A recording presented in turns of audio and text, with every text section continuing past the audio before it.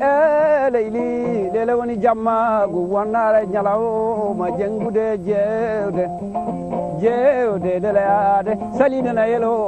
wondo doge mo anniversaire Sow TV le 10 juin 2026 ɗo e Mardawal. Anniversaire Sow TV le 10 juin 2026 ɗo e Mardawal. Bandiraɓe musidɓe tedduɓe yeɓiyankoɓe Sow TV, caggal salminde juurade ko yettide jarde,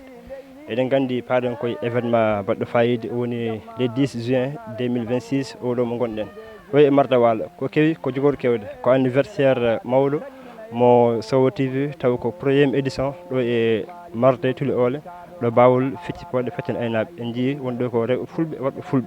fof koye équipe mo Sow TV, équipe solide, équipe baɗɗo fayida machallah. Ɗum ɗon toon to camarade to ko suko tokoso mo hakkille mawɗo woni deux producteur, kanko woni to banggue to banggue caméra o, kanko yuɓɓinta golle ɗe ha mbaɗa fayidagal no fewi no fewi. So jii kala ko yowɗi e programme uji Sow TV guila fuɗɗi ha faade ñalawma hande o, kala ko yuɓɓi hen ko yowɗi hen ko fewi hen ganden ko suko tokoso mo hakkille mawɗo mbaɗo golle baɗɗo fayida woni Amadou Diagne, kanko golli ɗen golle baɗɗo fayida no fewi no fewi. Ɗum ɗon erago faade e dendagal rewdiɓe golleji men walɓe abonné ji men e on ñalawma, taw ko baɗɗo fayidagal no fewi no fewi. Eɗen jogui hen programme uji juɓɓuɗi baɗɗi fayida. Ɗum noon hay goto to manque e on ñalawma le 10 juin hawra koye alarba inchallahu taala ɗo e Mardawalo, ma wul ma wel. Dendagal Sow rew e worgo foof ene era, hay goto en gaccani, mo liɓi kala juuta walla juuma walla junno. Ɗum noon ma en dokku équipe o kala moni kala innito ero dendagal bandiraɓe musidɓe tedduɓe. Bandiraɓe min calmini mon, min juuri mon, min calmini guila tulde aro ha tulde calaga, min calmini Sow e rewo e worgo, kadi min calmini Suska e Edy, min calmini mon fof inde mum yettori mum, ko erago bandiraɓe tan hono anniversaire mum jogorɗen wadde ɗo e Mardawal le 10 juin. En erima hen bandiraɓe foof, guila e technicien uji ha e journaliste uji ha e foof, kala ɗo bandiraɓe mbawno wonde nande daaɗe men ɗe, en erima ɗum, en bismima ɗum kadi e nokku men e Mardawal, ko jarete jiggo rewnoɗo kadi salminde mon e juurade mon. Eyyi assalamu aleykum wa rahmatullah. En calmini dental ngal foof, dental Sow TV, en calminiɓe kamɓe foof, goto foof inde mum yettode mum. Eyyi en calmini kadi Sow TV, fuɗɗuɓe Sow TV ɓe en calminiɓe. Eyyi en calmini kadi dendagal Marda foof ko taari Marda. En calmini kadi dendagal réseaux sociaux battuɗo e hakkille Sow TV, eɗen calminaɓe kamɓe foof, goto foof inde mum yettode mum. Eyyi ko garɗen ɗo tan haltidde, en kaalino kono en kaltitto. Eyyi Sow TV ne noddi ñande le 10 juin ɗo e Mardawalo, hay goto accaka. Eyyi dendagal noon en noddi dendagal commune o foof, maire Dodel o omo bisma ɗo yede. E Sow TV ine invité mo ɗo, omo wiya ɗo bisimilla makko. Eyyi ɓaade noon ko kanko laami, kanko woni maire o, kanko bismonto men hoɓɓeɓe, en invité mo ɗo yo nan erago men ngo. Kanko maire o Amadou Nia to Dara, o waɗama ɗo invité. Eyyi ko wona ɗum ko diaspora o, onon pop on mbaɗama hen invité, onon ñaaga ballal no fewi, mbaɗon hen jawdi mon, mbaɗon hen doole mon, kadi mo ala kadi waɗa hen gandanɗa waɗama hakkilantagal mum, hayso ko haala moƴƴa, ɗum foof ine sohla ɗum, wona jawdi ndi tan. Assalamu aleykum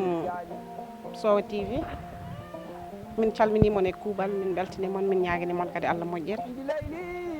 E yidde wiide tan ko fonno haalede ko foof, wandiraɓe worɓe kaali ɗum, wasata komin beddoto hen ko heewani. E yidde andinde wa Sow TV, gila min jaggi oɗo ñalawma, min jooɗanahi ɗum, min lelanahi ɗum, min ɗani nde wonno ñalawma o famɗirani amen. Te yidde wiide moon kadi oɗo ñalawma ko ñalawma men enen foof, min gaccani hen suka, min gaccani hen mawɗo, min gaccani hen debbo, min gaccani hen gorko. E ngal amin eri mon, kala to nodda noote amin noddi mon ɗo nete. Minen noon amin jiiɗi yiide mon, amin jiiɗi mon hen nande, nde wonɗo oɗo ñalawma famɗirani men hay lawol gotol. Oɗo ñalawma ko ñalawma men enen kala, eɗen ñaagui kadi gueno nde Allah rokkata en tawede duuɓi eɗen mbaɗa ɗum anniversaire. Rokka en kadi oɗo édition min premier wontoye ɗum édition ngaji kewɗi ɗi pamɗani, nde wonno hande oɗo diwan Sow foof so rewi lawol tan ko enen rewani lawol so feewi tan ko enen feewani so moƴƴi tan ko enen moƴƴani kono noon kala ɓiɗɗo pinowo e soowa woni gorko hen woni debbo hen woni suka hen woni mawɗo hen en gaccani hay goto kadi ene ñaagui duwaw no feewi yon gandu noon minen komin sukaɓe dariniɓe leñol ngol sukaɓe dariniɓe ɗo e diwan men Sowo pour tan yaara yeeso minen noon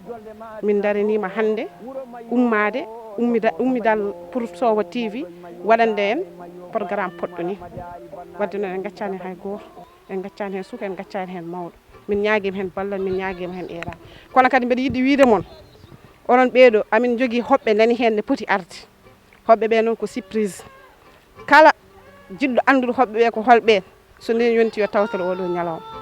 ko gaye ummotoɓe ha Dakar gaye ummotoɓe ha Mauritanie gaye ummotoɓe ha tonere wimon noon yon gaara keewal garon e peewal inchallah yo Allah rokken tawede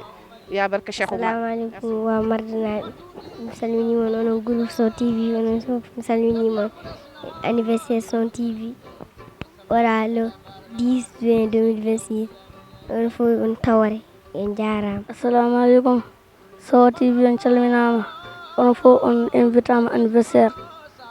Sow TV emi ñaago kadi anniversaire o yaara yeeso yimɓe tawrede duuɓi eyyi min Adama. Assalamu alaikum bandiraɓe tedduɓe on calminama inde on manama e jettode on calminama e mbadi kuftudini to gonnon ene goniri non yo jaam e kisal Allah wone moon sikki ala son paami darde nde ɗo no haalo pular mbiyata ni wulago jamma ɗaccittake e goto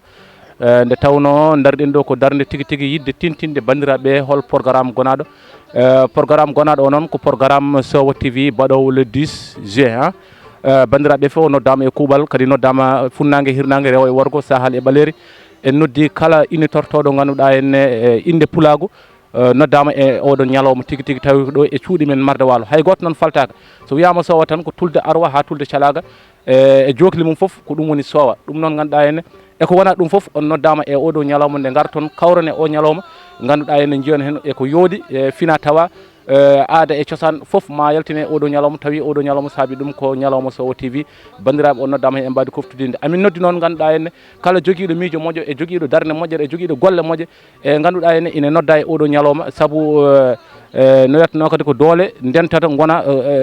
faggudu eyyi ɗum noon kadi ganduɗa en erima kala joomen doole en joomen jawɗele en joomen miijoji moƴƴi on noddama e oɗo ñalawma nde garton mbaɗon hen participé jiyon ko yoodi jiyon ko waɗi fayida ɗum noon hay goto hen en paltaki joni noon bandiraɓe on beltanama no fewi kadi kala jiɗɗo andude ko woni hen a arat kawra e ñalawma o walla mbaɗa appliqué e kono no wiyatno kadi Sowo TV jeeya ko yaata hen so woni ka jaltuɗo wuuro ngo sa waɗi appliqué e Sowo TV ma yeeɓa kala ko fuɗɗete hande gasata ma yiɗum e ñalawma o so tawi kadi aɗa ɓaadi e nder e papparɗe ɗi kadi ara faw hen itere ma jeeya ganduɗa hen hay goto hoto ya wiya kaari hallimi onon fof o noddama e mbadi koftudinde noon assalamu aleykum wa rahmatullah jomum Mamadou Diop mawɗo fulɓe. Anniversaire Sowo TV le 10 juin 2026 ɗo e Marde Walo. Anniversaire Sowo TV le 10 juin 2026 ɗo e Marde Walo. leyli lele woni jamma gu wonnare ñalawma jengude jewde deleyade salinana yelo wondo doge mo ɗum